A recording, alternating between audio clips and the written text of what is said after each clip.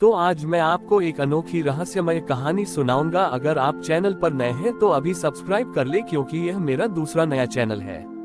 तथा कहानी पूरा देखे, अंत में एक अनोखा रहस्य छुपा है। धन्यवाद। तो सुनिए। एक गांव था जिसका नाम था चित्रगढ़। यहाँ के लोग अपनी कला के लिए बहुत प्रसिद्ध थे। वे अपनी भावनाओं को रंगों के जरिए व्यक्त करते थे, लेकिन उनमें एक अजीब सी परंपरा थी। उनका मानना था कि दुर्गा पूजा की मूर्ति और कलश को सिर्फ उन्हीं रंगों से बनाया जा सकता है जो प्रकृति में पहले से मौजूद हैं, जैसे मिट्टी का भूरा, पत्तों का हरा और फूलों का लाल। गांव का सबसे प्रतिभाशाली चित्रकार अर्जुन था। वह इस परंपरा को नहीं मानता था। वह सोचता था कि रंग तो सिर्फ भावनाएं हैं, उन्हें किसी सीमा में नहीं बांधना चाहिए। वह अपने रंगों को खुद बनाता था, जिनमें कई ऐसे रंग भी होते थे जो प्रकृति में नहीं मिलते थे, जैसे गहरा नीला या बैंगनी। गांव के बुजुर्ग उसकी कला को पसंद तो करते थे, लेकिन पूजा के लिए उसका उपयोग करने से डरते थे। इस साल दुर्गा पूजा से पहले गांव में सूखा पड़ गया। नदियां सूख गईं और पेड़ पौधे मुरझा गए। अब गांव वालों के पास पारंपरिक रंग बनाने के लिए सामग्री नहीं बची थी। वे बहुत परेशान थे। उन्हें लगा कि इस साल पूजा नहीं हो पाएगी, क्योंकि उनके पास कलश और मूर्ति बनाने के लिए रंग ही नहीं थे। गांव के मुखिया ने अर्जुन से मदद मांगी। उन्होंने कहा, अर्जुन, तुम्हारे पास तो बहुत रंग हैं। क्या तुम हमें अपनी कला से कलश और मूर्ति बनाने में मदद करोगे? अर्जुन ने हाँ कर दी, लेकिन उसके मन में एक शर्त थी। उसने कहा, मैं ये काम तभी करूंगा जब आप मुझे अपनी मर्जी के रंग चुनने देंगे। गांव के बुजुर्गों को ये बात पसंद नहीं आई, लेकिन उनके पास कोई और रास्ता नहीं था। अर्जुन ने अपनी कार्यशाला में एक बड़ा कलश और एक अधूरी मूर्ति रखी। गांव के लोग उसके चारों ओर इकट्ठा हो गए। अर्जुन ने अपनी आंखें बंद की और अपने मन में उन सभी रंगों की कल्पना की जो उसने कभी देखे थे। उसने अपनी कला से कलश पर रंग भरना शुरू किया।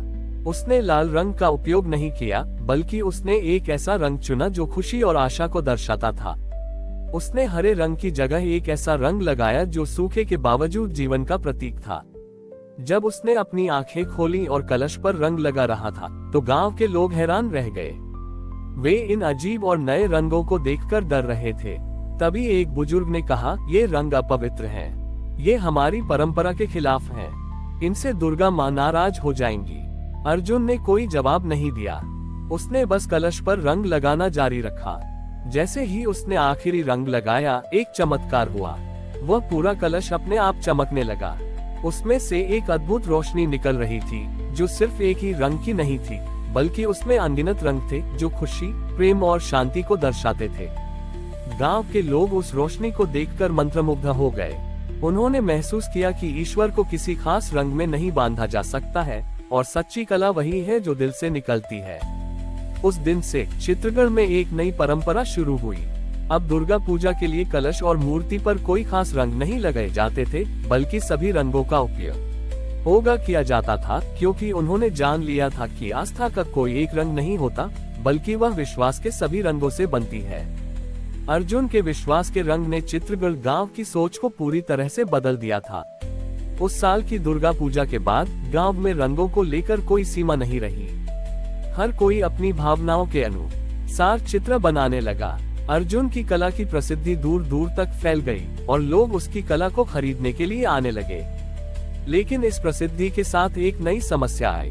गांव के कुछ लोग जो पहले से ही अमीर थे, उन्होंने अर्जुन को केवल अमीर लोगों के लिए चित्र बनाने के लिए मजबूर करना शुरू कर दिया।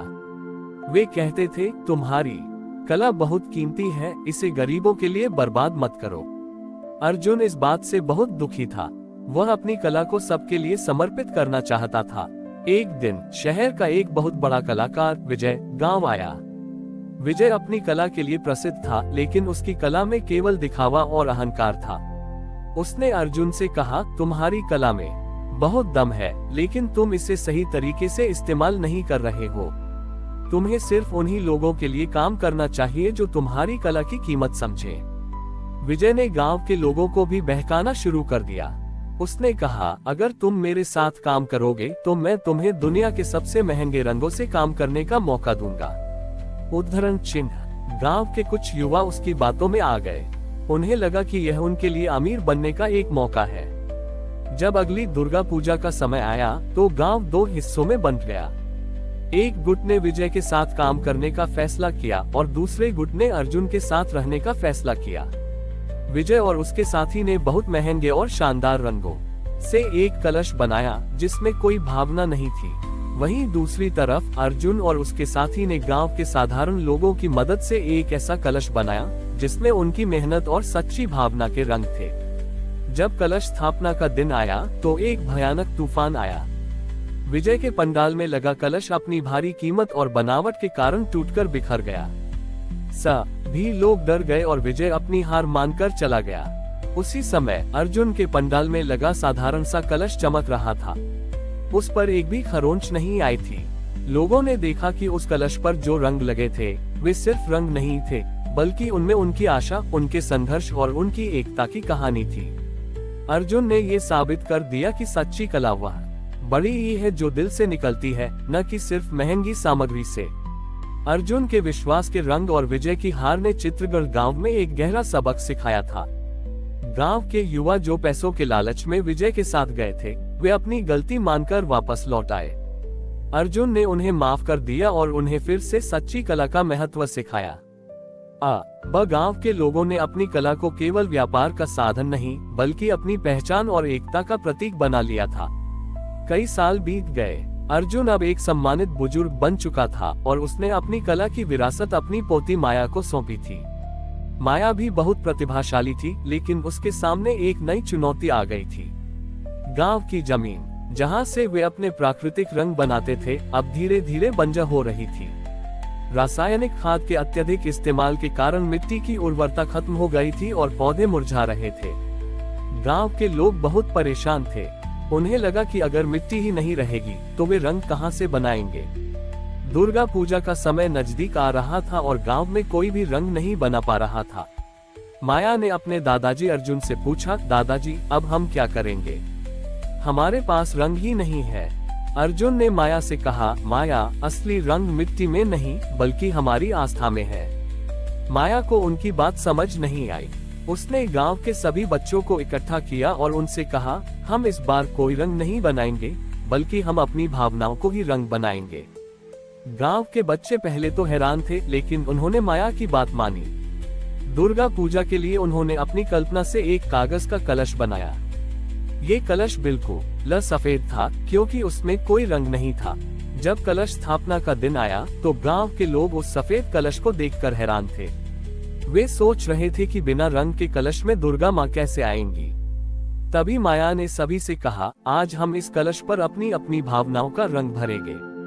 माया ने अपने हाथों से कुछ नहीं किया, बल्कि उसने सभी लोगों को अपनी आंखें बंद करके अपनी सबसे अच्छी यादों को याद करने के लिए कहा।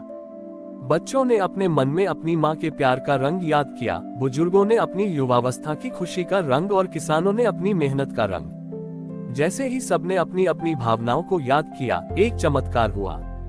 उस सफेद कलश पर धीरे धीरे एक अद्भुत चित्र उभरने लगा। ये चित्र सिर्फ एक व्यक्ति का नहीं, बल्कि पूरे गांव के लोगों की भावनाओं का मिला जुला रूप था। उसमें खुशी, प्रेम, मेहनत और एकता के अनगिनत रंग थे, जो सिर्फ महसूस किए जा सकते थे, देखे नहीं जा सकते थे। गांव के लोगों को ये देखकर बहुत खुशी हुई।